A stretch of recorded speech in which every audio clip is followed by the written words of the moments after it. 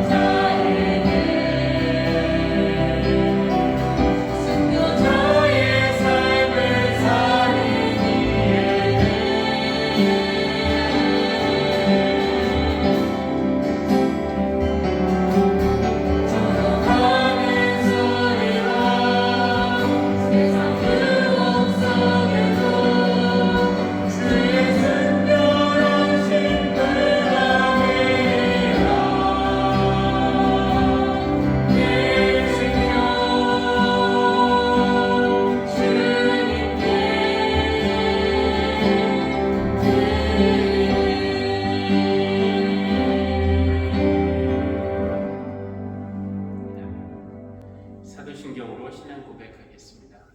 전능하사 천지를 만드신 하나님 아버지를 내가 믿사오며 그 외아들 우리 주 예수 그리스도를 믿사오니 이는 성령으로 잉태하사 동정녀 마리아에게 나시고 본디오 빌라도에게 고난을 십자가에 못 박혀 죽으시고 장사한 지 사흘 만에 죽은 자 가운데서 다시 살아나시며 하늘에 오르사 전능하신 하나님 우편에 앉아 계시다가 저리로서 산자와 죽은 자를 심판하러 오시리라. 성령을 믿사오며 거룩한 공예와 성도와 서로 교통하는 것과 죄를 사하여 주시는 것과 몸이 다시 사는 것과 영원히 사는 것을 믿사옵나이다. 아멘. 오늘 이곳에서 또 영상으로 함께 예배하시는 모든 성도님들을 주님의 이름으로 환영하고 또 좋으신 우리 하나님의 은혜가 여러분과 함께 있기를 빕니다.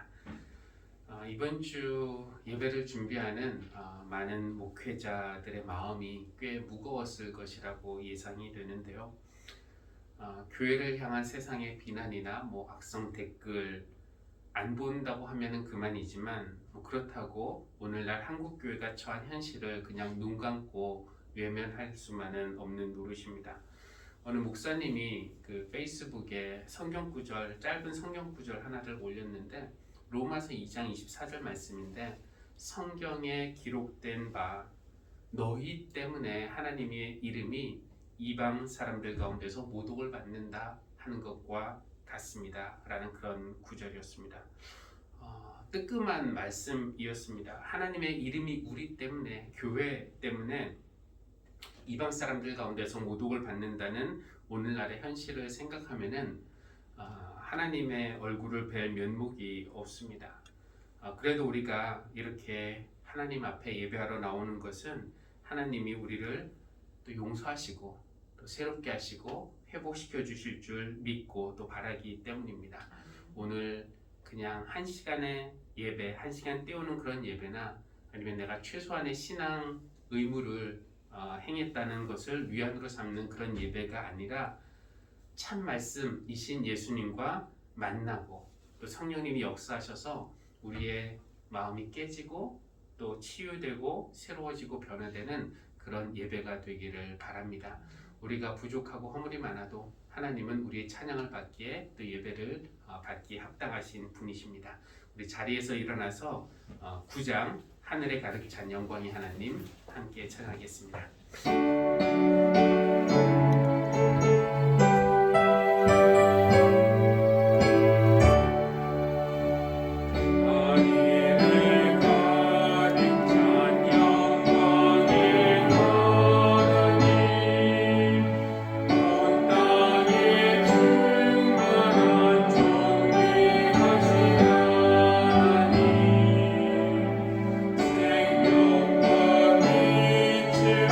지혜와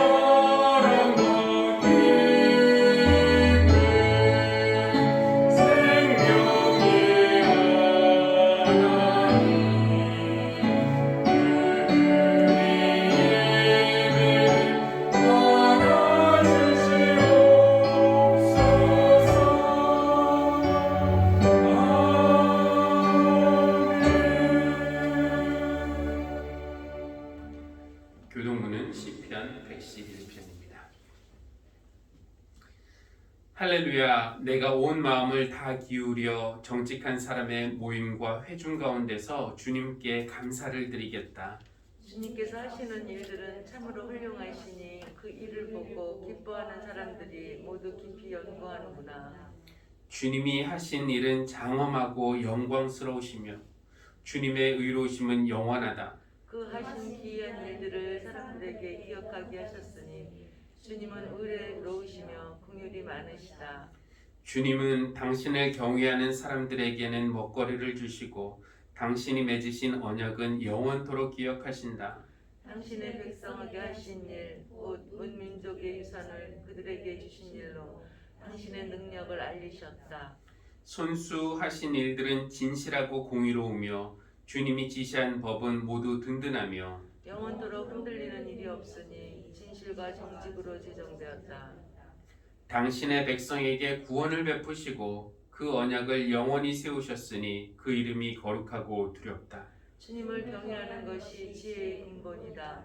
주님의 계명을 지키는 사람은 바른 깨달음을 얻으니 영원토록 주님을 찬양할지이다. 아멘. 아멘.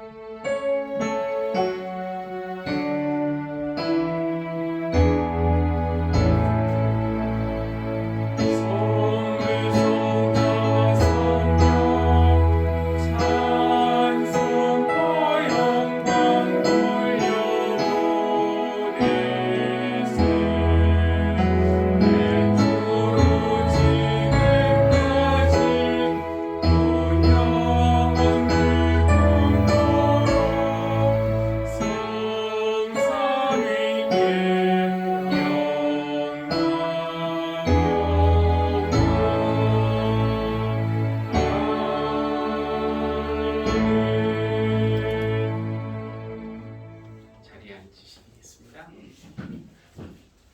한 목소리로 공동의 기도 하나님께 올려드리겠습니다. 시작.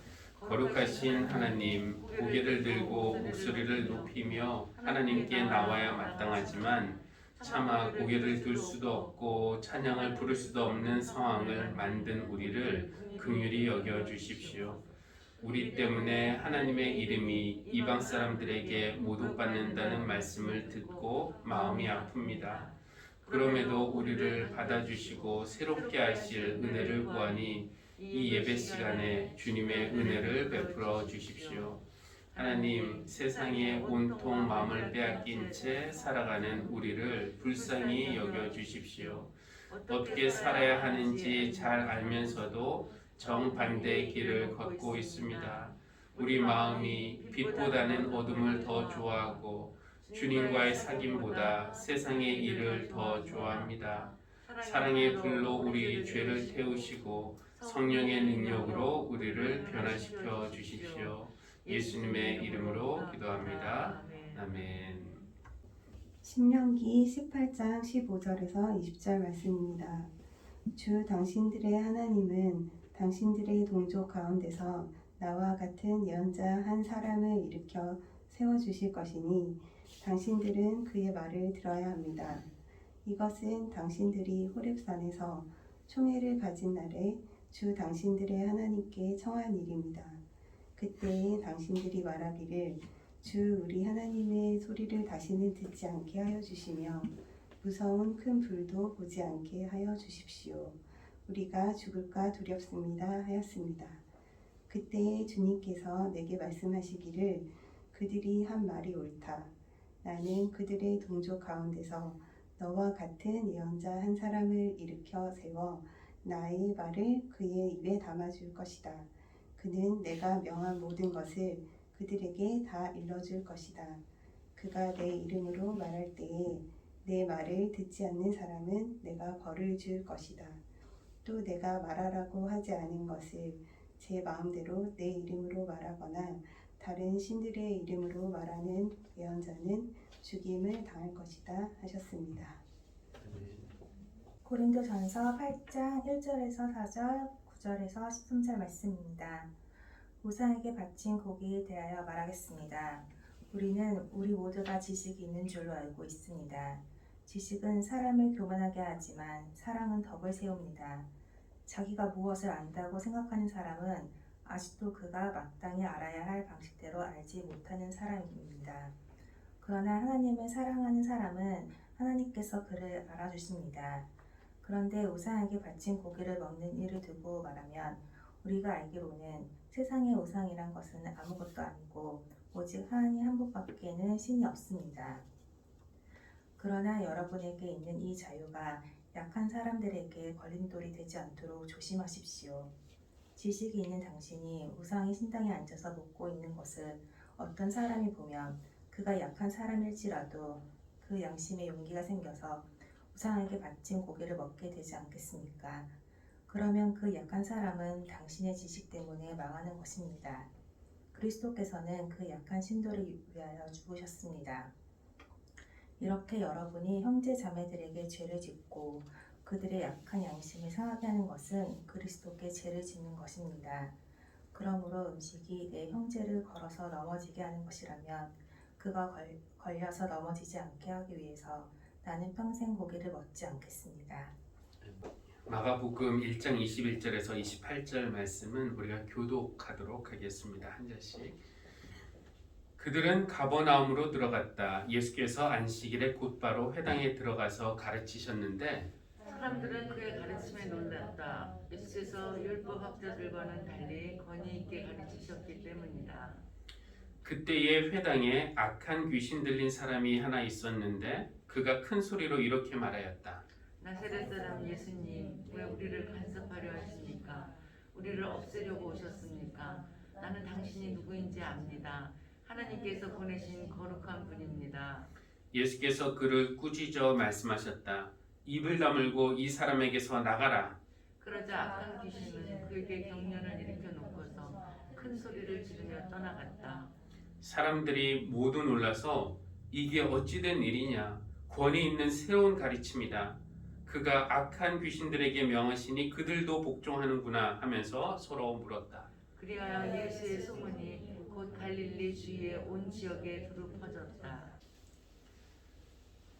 우리의 약함과 허물을 잘 아시지만 그럼에도 변함없는 사랑으로 우리를 받아주시는 하나님의 넓은 사랑과 크신 은혜를 감사하며 또 찬양합니다. 이 시간 먼저 성령님의 임재를 구합니다. 영과 진리로 예배하는 참 예배자를 찾으신다고 하셨는데 몸은 와 있지만 마음으로는 온전히 주님께 집중하지 못하는 우리에게 성령님 오셔서 우리의 마음 중심에 앉아주시기를 간구합니다. 또 사랑에는 희생이 따른다고 하셨는데 사랑은 하고 싶지만 희생은 피하고 싶은 우리의 이기적인 마음을 애통해하며 간구하니 성령님 임재하여 주십시오. 귀로는 여러 번 들었고 머리로도 하나님의 말씀 알고 있지만 그 말씀과 진정으로 만나지 못해 여전히 변화되지 못하는 우리 마음을 이제는 하나님께로 엽니다. 성령님 임재하여 주십시오. 용서의 하나님, 우리의 모든 허물과 잘못, 우리의 모든 실수와 죄, 숨기고 싶기도 하고 인정하고 싶지 않기도 하지만 우리가 솔직하게 인정하고 회개할 때 용서하시고 새롭게 하실 줄 믿고 하나님 앞에 우리의 죄를 고백합니다. 하나님, 우리의 욕심을 채우느라 나누는 일에 인색했습니다. 생각 없이 내 주장과 생각을 말하다가 사랑하는 사람들에게조차 상처를 주기도 했습니다. 나의 작은 고통에는 눈물을 흘렸지만 이웃의 고난에는 공감하지 못했습니다. 또 위기를 모면하기 위해서 거짓말을 하고 유혹 앞에서 용감하지 못했습니다. 하나님, 특별히 기독교인이라는 이름, 교회라는 이름으로 세상에서 살아가면서 주님의 이름을 비방받게 한 것을 아픈 마음으로 회개합니다. 세상의 빛과 소금이라고 하셨는데 세상의 소망과 위로를 주기보다는 오히려 세상을 화나게 하고 답답하게 한 우리의 죄를 용서하여 주십시오. 다시 하나님의 이름이 거룩히 여김을 받게 하시고 하나님의 뜻이 하늘에서처럼 이 땅에서도 이루어지게 하여 주십시오. 오늘날 교회들이 겪는 이 시련을 통해서 교회가 더 낮아지고 더 깨끗해지고 더 겸손한 모습으로 나아갈 수 있도록 주님 함께해 주시기를 간구합니다. 하나님, 여러 모양으로 어려움을 겪는 성도들을 위로해 주시기를 구합니다. 마음과 몸의 병으로 힘들어하고 또 지친 우리 지체들에게 하나님 치유를 허락하여 주시고, 또 부모와 자녀, 형제자매, 배우자 사이에 사랑과 화목이 회복되게 하여 주십시오. 청년들이 하나님 안에서 꿈을 꾸게 하시고, 또 그 꿈이 그냥 몽상으로 끝나는 것이 아니라 그들 삶에서 구체화되도록 그들에게 믿음과 또 용기 허락해 주시기를 기도합니다. 이 교회 울타리에서 성장하는 학생들과 어린이들 있습니다. 날마다 키와 지혜가 자라며 하나님과 또 사람들에게 사랑받는 이들이 되게 하여 주십시오. 우리 성도들 각자 가지고 있는 간절한 기도의 제목들 있습니다. 우리가 우리 자신을 사랑하는 것보다 우리를 더 잘 아시고 더 사랑하시는 하나님께서 더 좋게 이루어 주실 줄 믿습니다. 포기하지 않고 끈기 있게 기도할 수 있는 힘과 은혜를 허락하여 주십시오. 오늘의 예배를 온전히 주님께 맡깁니다. 예배 후에 똑같은 모습으로 돌아가는 것이 아니라 주님을 만났기 때문에 더 충만하고 더 큰 마음으로 세상을 향해 나아가 또 하나님의 은혜의 통로로 살아갈 수 있도록 허락하여 주십시오. 감사드리며 예수님의 이름으로 기도합니다. 아멘.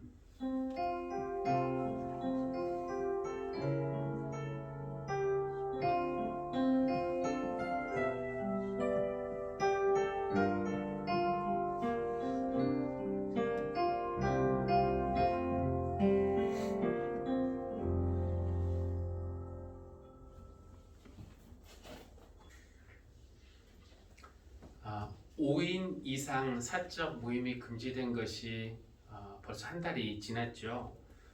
사람들을 마음껏 만나지 못하는 것이 불편하기도 하고 또 답답하기도 했지만, 그래도 그동안 위안이 되었던 것이 한 달 전에는 1000명대의 일일 확진자 수였던 것이 이제 300명대까지 줄어드는 것을 본 것이었습니다.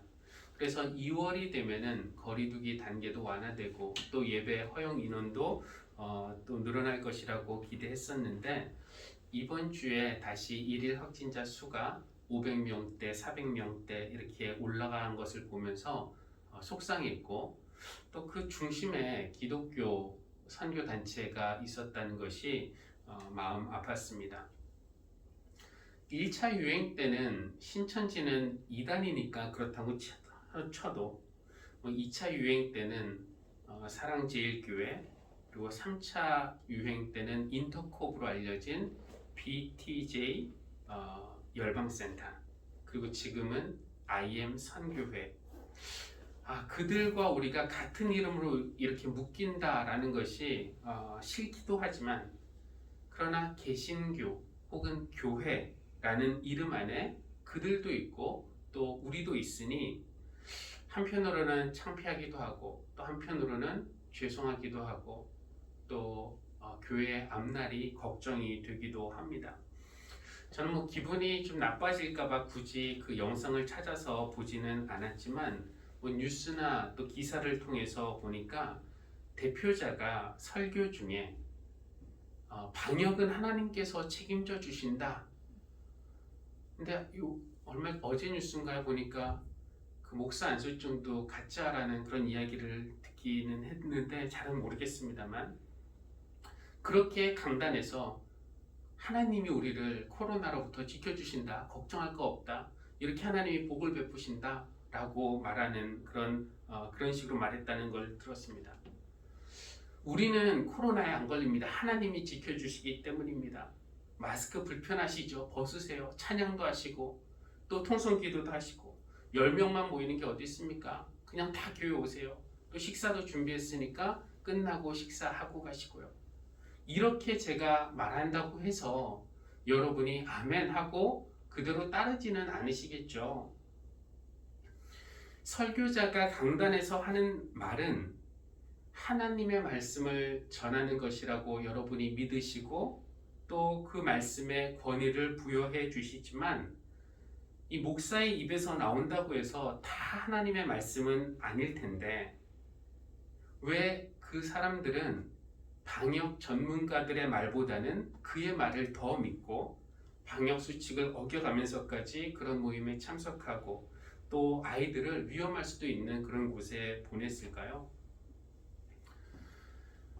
설교자들은 종종 자신의 말에 권위를 더하기 위해서 하나님의 이름을 갖다 붙이기도 하고 또 가운과 같은 그런 예복을 입기도 하고 또 교인들이 알아듣기 힘든 그런 신학적인 용어를 사용해서 특별한 지식이 있음을 드러내기도 합니다.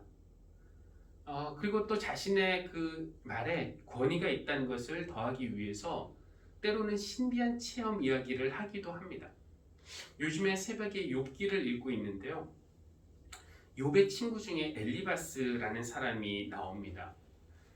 그가 생각하기에 욥이 지금 고난을 당하는 것은 욥은 동의하지 않지만 그가 생각하기에는 욥이 죄를 지었기 때문에 고난을 당하고 있다라고 생각하고 있습니다.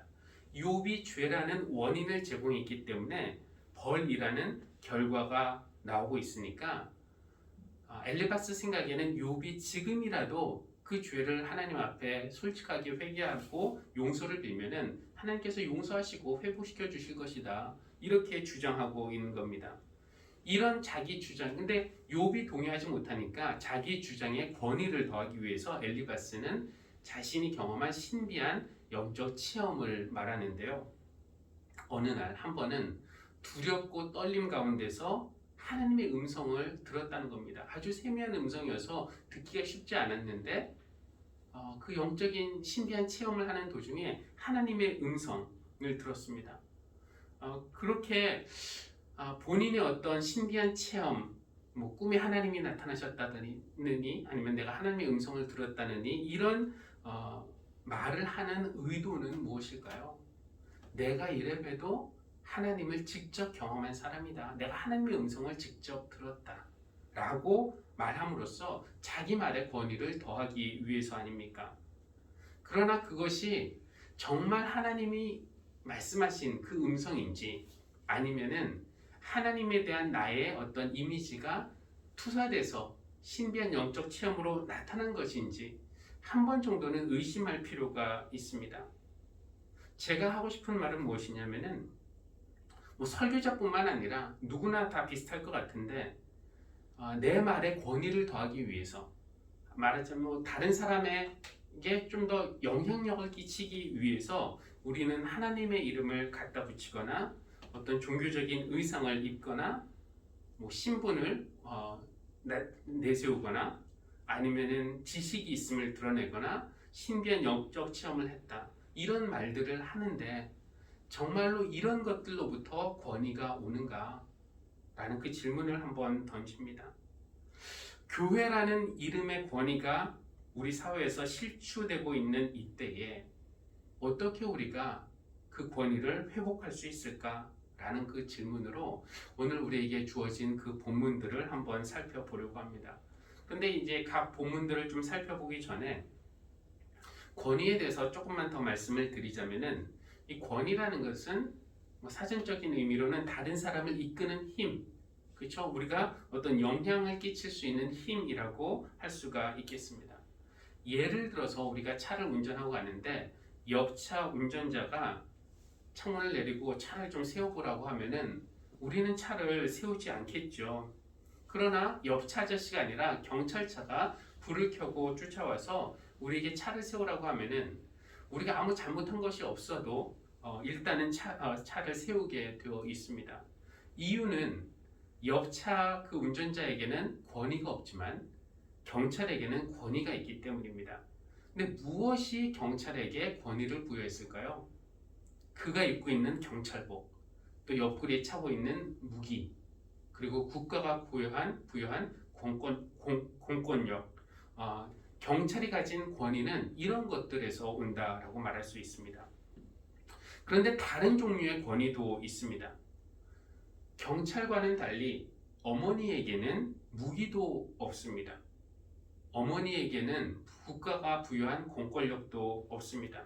그리고 또 다 큰 아들을 압도할 수 있는 건장함이 있는 것도 아닙니다. 그래도 연로하고 왜소하신 어머니가 이거 해라 하면은 또 아들이 그거 하고, 저거 해라 하면은 또 아들은 저걸 합니다. 이 어머니의 권위는 어디에서 왔습니까?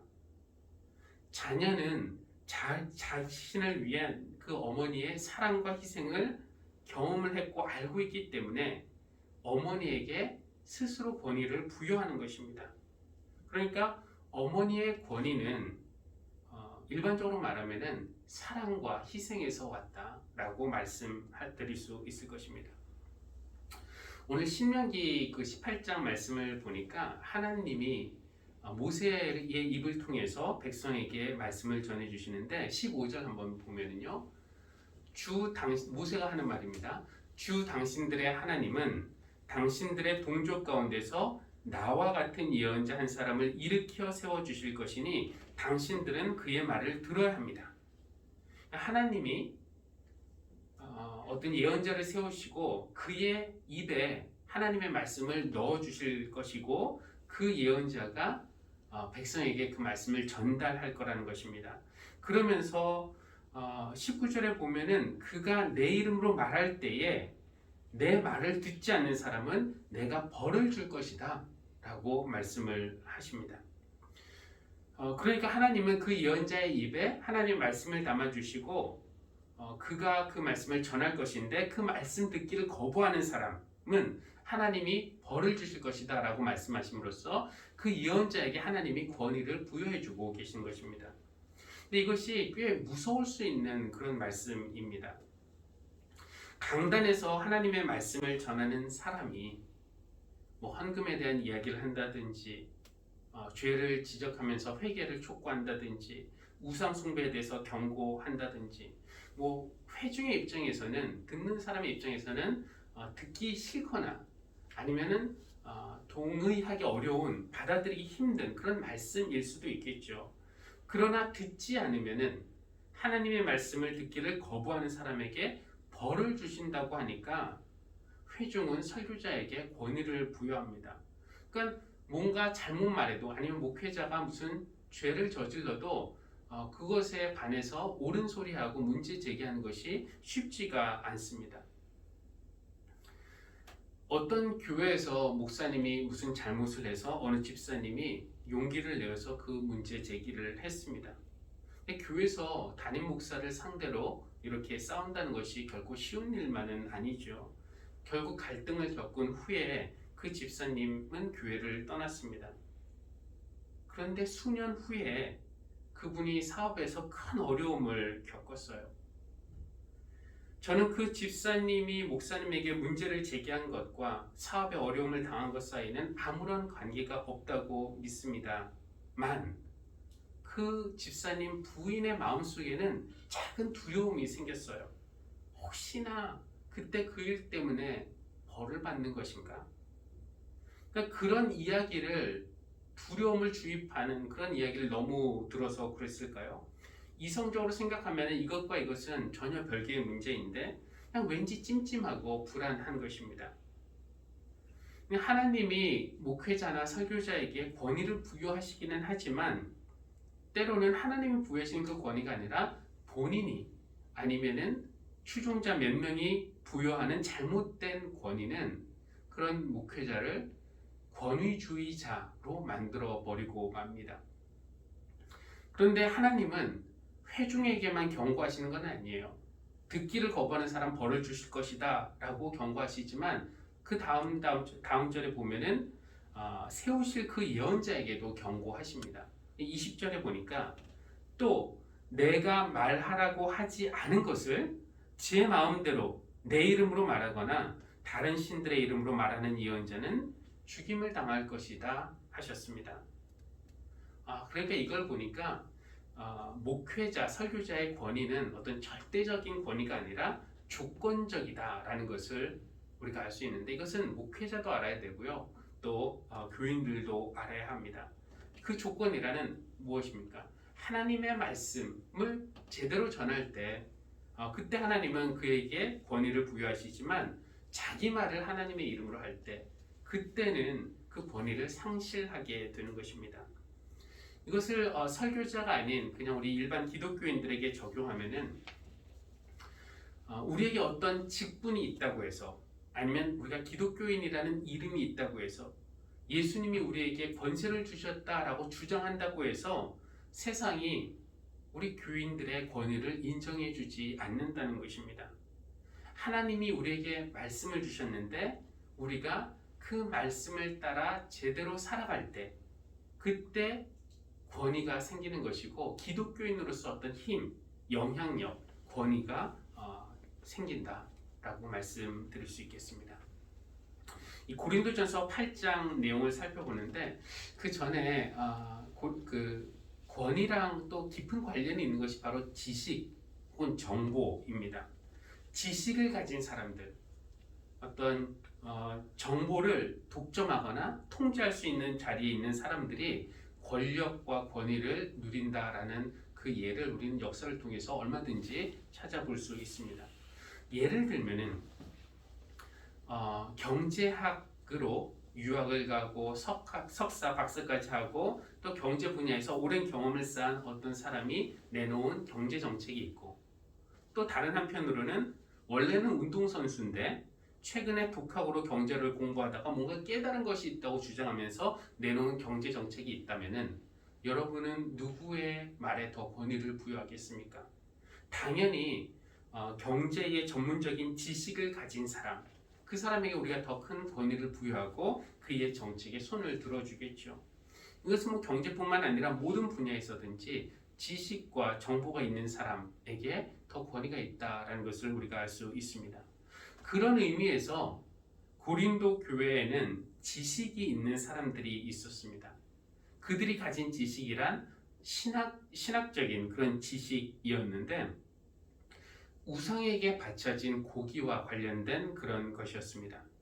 고린도전서 8장의 배경을 잠깐 말씀을 드리면은 고린도 광장에 이제 시장이 서는데 거기서 파는 대부분의 고기들은 광장 그 뒤편에 있는 신전에서 제사를 드리고 남은 고기를 이제 광장에 가져와서 파는 것이었습니다.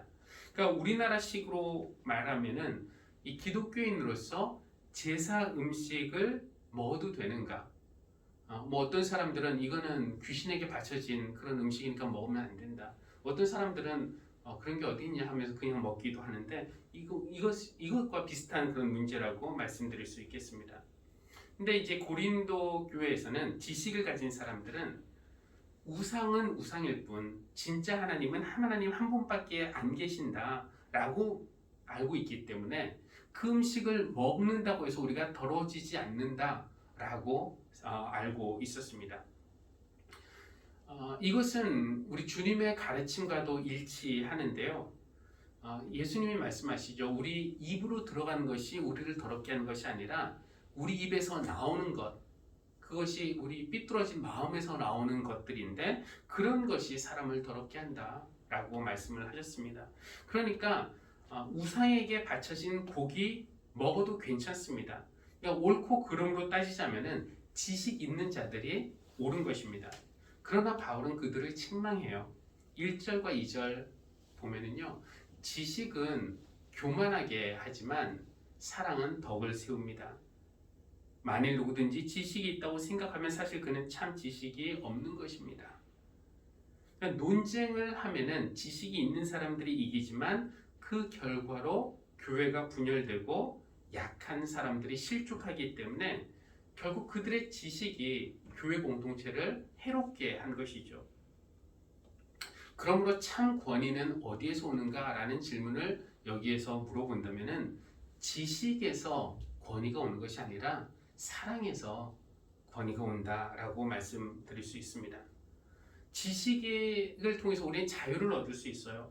고기를 먹어도 되는 자유가 우리에게 있지만 그것이 약한 내 형제자매에게 걸림돌이 된다면은 내가 그 자유를 기꺼이 포기하겠다라는 그 마음, 그것은 나의 권리를 주장하는 그 마음이 아니라 형제자매를 배려하고 사랑하는 그 마음인데, 참 권위는 우리가 지식이 있을 때가 아니라 사랑을 행할 때 권위가 온다는 것입니다. 우리가 세상을 향해서 우리의 성경 지식을 자랑한다고 세상이 감명을 받고, 야, 저 교회 다니는 사람들 정말 지식이 풍부하네, 우리가 인정해 줘야겠네, 이렇게 권위를 부여해 주지 않죠. 우리의 지식이 세상을 구원하는 것이 아니라, 예를 들면은 대면 예배를 드릴 자유가 우리에게 있지만 그것으로 인해서 코로나를 퍼뜨리는 결과가 된다면은 믿음이 약한 세상 사람들에게 걸림돌이 되지 않기 위해서 기꺼이 비대면 예배로 전환하겠다라는 그런 배려, 그런 사랑의 마음을 세상이 느낄 때, 아, 교회가 저렇게 하는구나 라고 느낄 때 세상은 우리에게 교회의 권위를 돌려줄 것입니다. 마가복음의 말씀을 잠깐 보면은요, 이 마가복음 본문은 예수님의 권위에 대해서 말씀하고 있는데, 예수님이 어느 날 가버나움 그 회당에 들어가셔서 가르치셨는데 사람들이 예수님의 가르침을 듣고 놀랐어요. 근데 마가는 우리에게 예수님이 도대체 뭘 가르쳐 주셨기에 사람들이 놀랐는지 우리에게 그 가르침의 내용은 알려주지 않습니다. 다만 가르침을 들은 그 사람들의 반응을 알려주는데, 22절 보시면은 사람들은 그의 가르침에 놀랐다. 예수께서 율법학자들과는 달리 권위 있게 가르쳤기 때문이다. 율법학자들과는 달리, 이 율법학자들은 누구입니까? 지식이 있는 사람들, 정규학교에서 유명하고 학식이 풍성한 선생님으로부터 철저한 전통에 따라 공부한 율법의 전문가들이었습니다. 반면에 예수님은 누구입니까? 전문적인 교육을 받지 않는 평범한 일반인이었어요. 왜? 어떻게 사람들은 율법학자들의 말보다는 배우지 못한 시골 청년인 예수님의 가르침에 더 놀랐을까요? 이거 답을 우리가 쉽게 알 수 있는 것은 아니지만 그 바로 이어지는 이야기를 보면은 악한 영에 사로잡힌 그 사람의 이야기에서 우리가 힌트를 얻을 수 있는데, 예수님이 가르치시는 동안에 악한 영에 들었던 사람이 소리를 지르죠. 나사렛 사람 예수님, 왜 우리를 간섭하려 하십니까? 이 모두가 당황했을 순간에 예수님이 한마디 말로 그 사람 안에 있는 악한 영을 제압하셨는데, 입을 다물고 그 사람에게서 나가라. 그 악한 영이 그러자 큰 소리를 지르면서 그 사람에게 나오는 것을 보고 사람들이 놀라서 이게 어찌된 일이냐, 권위 있는 가르침이다, 이렇게 말을 합니다. 그러니까 율법학자들과 이 예수님의 가르침을 잠깐 비교해 보면은, 이 율법학자들은 어떤 삶의 정답, 모범 답안, 그냥 늘 듣던 그런 말씀. 그래서 회중의 입장에서는 특별히 긴장감 없이도 그렇지 이렇게 들을 수 있는 그런 가르침이었기 때문에 듣는 사람들의 삶에 어떤 사건을 일으키지 못하는 그런 가르침이었다면은, 예수님의 가르침은 그 사람 안에 있는, 그리고 그 사람은 그 사람만이 아니라 이제 우리 안에 있는 어떤 거짓이나 탐욕이나 교만이나 방탕이나 간음과 같은 악한 영, 더러운 영을 향해서 그 사람에게서 나와라 라고 명하시는 그런 가르침이었다는 겁니다. 율법학자들은 어떤 이론을 설명하는 거예요. 우리 안에, 그러니까 거짓, 교만, 방탕, 간음, 이런 거는 악한 영이다, 이런 것은 나쁘다, 이렇게 설명하는 가르침이었다면은, 예수님의 가르침은 우리를 향해서 눈을 바라보시면서 그 사람 안에서 입을 다물고 나와라 명하시는 그런 가르침이었기 때문에 사람들의 반응이 좋은 강의네, 이런 반응이 아니라 와, 놀라운 가르침이다, 이제 이런 식으로 반응했다는 것입니다. 그러니까 처음에는 듣기에는 일시적으로 거북할 수 있지만 그 명령이 우리 삶에 어떤 사건을 일으키는 그런 가르침이었습니다. 그래서 기독교인으로서 우리의 권위를 어떻게 찾을 것인가 라는 그 질문을 할 때, 마가가 우리에게 이야기하는 것은 좋은 설교를 그냥 듣고 고개를 끄덕이는 그런 데서 우리에게 권위가 기독교인으로서 어떤 힘이 생기는 것이 아니라 거짓, 탐욕, 교만, 방탕, 가늠과 같은 우리 안에 있는 악한 영들이 참 말씀이신 예수님과 만나서 그것들이 우리 안에서 나갈 때, 그래서 우리가 그냥 머리로 지식을 축적하는 그런 신앙생활이 아니라 변화된 모습으로 살아갈 때, 그때 기독교인으로서 우리에게 힘이 생기고 믿음의 능력이 생긴다는 것을 가르쳐 주고 있습니다. 기독교인으로서 사는 것이 어려운 시절이죠. 어디 가서 교회 다닌다고 말하기가 꺼려지는 그런 때입니다. 주님이 하늘과 땅의 모든 권세가 내게 있다 하시면서 그 권위를 우리에게 위임해 주셨는데, 우리의 죄와 허물 때문에 세상에서 그 권위 다 잃어버린 것이 오늘날 한국교회의 현실입니다. 아프고 송구스럽고 안타깝지만 또 오늘 말씀을 통해서 어떻게 잃어버린 권위를 찾을 수 있는지 그 길을 알려주신 하나님께 감사드립니다. 신명기는 말합니다. 하나님이 우리 입에 담아주시고 우리 마음에 새겨주신 그 말씀대로 살아갈 때 우리에게 권위가 생긴다고. 또 고린도전서는 지식이 아니라, 어떤 성경 지식이 아니라 세상을 향한 사랑이, 배려가 우리에게 기독교인으로서의 힘을 되찾아 준다고 가르쳐 주고 있고요.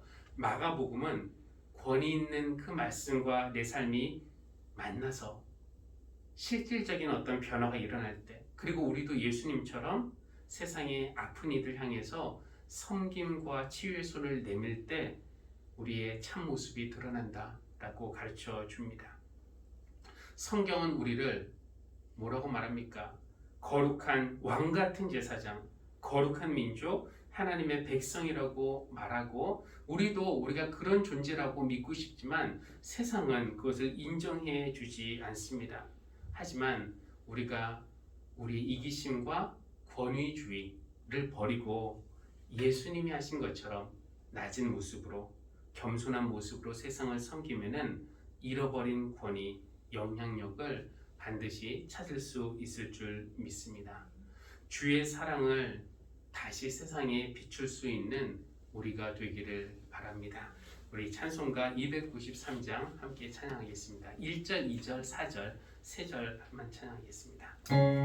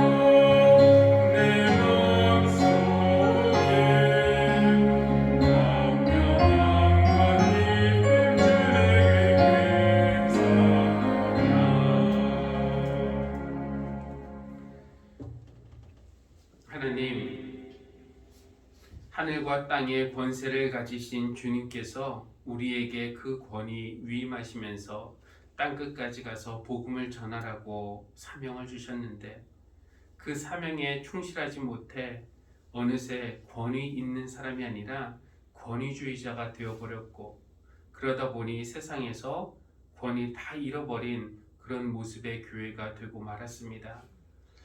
오늘 말씀을 통해서 다시 잃어버린 교회 권위를 찾고 또 기독교인의 힘을 회복할 수 있는 방법을 알려주시니 감사합니다. 우리에게 주신 그 말씀대로 살게 하시고 지식을 자랑하기보다는 사랑으로 양보하고 배려하며 섬기게 하시고 또 날마다 참 말씀이신 예수님과 진정으로 만남으로써 우리 안에 악한 영들이 빠져나가게 되기를 기도합니다.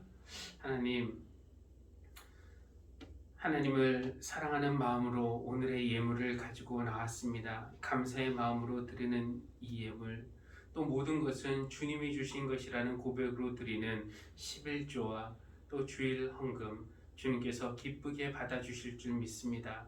이 예물이 사용되어지는 곳에 예수 그리스도의 복음이 더욱더 전파되게 하여 주시고 교회가 세상을 섬기는 일에 이 예물이 사용되어질 때 세상이 교회를 향한 그 시선이 변화될 수 있도록 주님 역사하여 주시기를 간구합니다.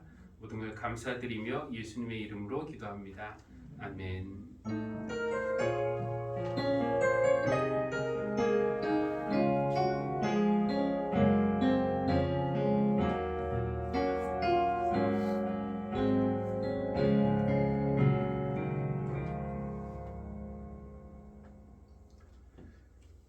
교회 소식 전하겠습니다. 지금 단계에서 우리 교회 같은 경우 10명 예배, 대면 예배가 가능한데요. 아직 조정된 그 발표가 나지 않아서 나중에 또 추후로 공지를 하도록 하겠습니다.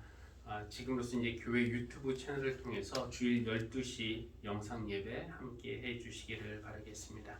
기부금 영수증 필요하신 분들 교회 신청하시면 좋겠고요. 수요일 예배는 성서의 이해라는 주제로 말씀을 나누는데 이번 주에는 성서 형성의 역사에 대해서 말씀을 나누겠습니다. 강남지방 여성교회 개사교회 광고를 참조해 주시기를 바라겠습니다. 우리 자리에서 일어나서 찬송가 620장 1절 함께 부른 후에 축도로 예배 마칩니다.